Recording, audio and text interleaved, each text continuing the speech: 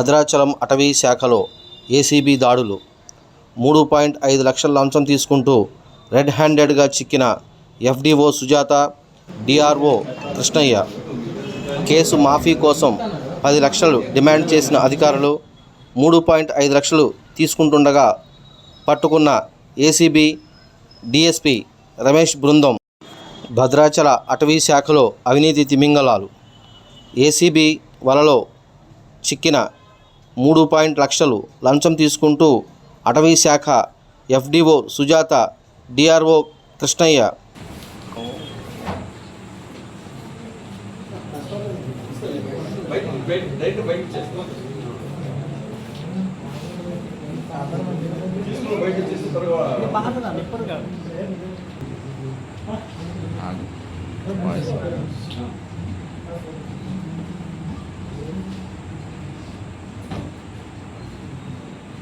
ఈరోజు మనం Bhadrachalam forest divisional office దగ్గర ఉన్నాము.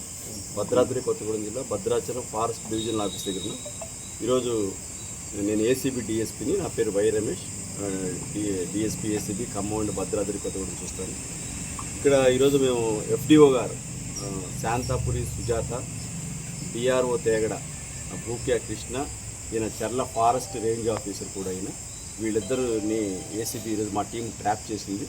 వీళ్ళు 3.5 లక్షల రూపాయల లంచం, 3,50,000 లంచం తీసుకుంటాం రెడ్ హ్యాండ్గా ఏసీబీ పట్టుకుంది.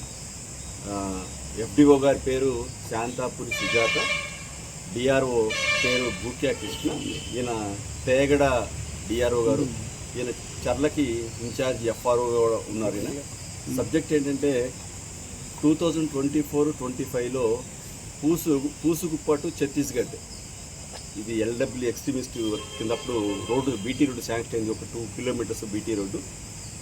ఈ రోడ్డు శాంక్షన్ అయిన తర్వాత రోడ్డు కాంట్రాక్టర్ రోడ్డు వేశారు. అక్కడ ఆ రోడ్డు వేసే క్రమంలో కొన్ని ఫారెస్ట్ డిస్టర్బ్ అయిందని చెప్పేసి అతని మీద కేసు రిజిస్టర్ చేయకుండా, ఆ సదర్ కాంట్రాక్టర్ మీద కేసు రిజిస్టర్ చేయకుండా ఉండేందుకు, తర్వాత ఫర్దర్గా అతను ఎటువంటి ఇబ్బందులు పెట్టకుండా ఉండేందుకు వీళ్ళు 10 lakhs రూపీస్ లంచం డిమాండ్ చేయడం జరిగింది. సదర్ కాంట్రాక్టర్ని ఈ ఎఫ్డీఓ గారు, మేడం గారు ప్లస్ ఆయన ఇన్ఛార్జ్ ఎఫ్ఆర్ఓ గారు 10 లక్షల రూపాయలు లంచం డిమాండ్ 10 లక్షల రూపాయల లంచం డిమాండ్ చేయడం జరిగింది. ఆ లంచం ఇవ్వడం ఇష్టం లేక బాధితుడు మా ఏసీబీని అప్రోచ్ అవ్వడం జరిగింది.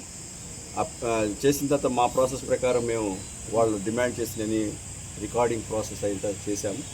చేసిన తర్వాత వాళ్ళు 10 లక్షలు తీసుకుని అతను రిక్వెస్ట్ చేస్తే యాక్చువల్గా ఆ వర్క్ కూడా కంప్లీట్ అయిపోయింది. ఫర్దర్ కేసులు పెట్టకుండా ఉండడానికి ఆయన రిక్వెస్ట్ చేస్తే 10 లక్షలు కాస్త రిక్వెస్ట్ చేస్తే 3.5 లక్షకి ఒప్పందం కుదిరింది. ఆ ఒప్పందం ప్రకారం ఈరోజు ఆయన 3.5 లక్షల రూపాయల కాంట్రాక్ట్ తీసుకొని రేంజర్ గారికి, ఇన్ఛార్జ్ రేంజర్ గారికి, నెక్స్ట్ మేడం గారికి, ఎఫ్డీఓ గారికి ఇస్తుండగా మా టీం రెడ్ హ్యాండ్గా పట్టుకుంది. మళ్ళొకసారి మన మీడియా మిత్రుల ద్వారా భద్రాద్రి అండ్ ఖమ్మం ప్రజలకు రిక్వెస్ట్ చేస్తుంటే మా టోల్ ఫ్రీ నెంబర్ 1064.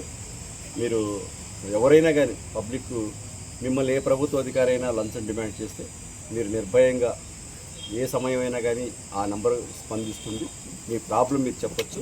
మీ వివరాలు చెప్పకపోయినా మాకు అభ్యంతరం లేదు, మేము దాని మీద యాక్షన్కి వెళ్తాం.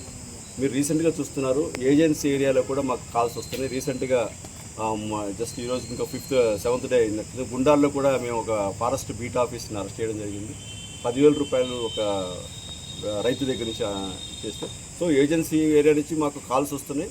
చాలా సంతోషం. మా 1064 టోల్ ఫ్రీ నెంబర్ అక్కడ కూడా వెళ్ళింది. నెక్స్ట్ వాళ్ళు కాల్ చేసిన వెంటనే కూడా మేము కూడా అంతే సక్సెస్ డ్యూటీ మైండెడ్ తోటి వెళ్ళి ఆ కాల్ పిటిషనర్తో మాట్లాడి ఆ ట్రాప్ కూడా సక్సెస్ చేయడం జరుగుతుంది.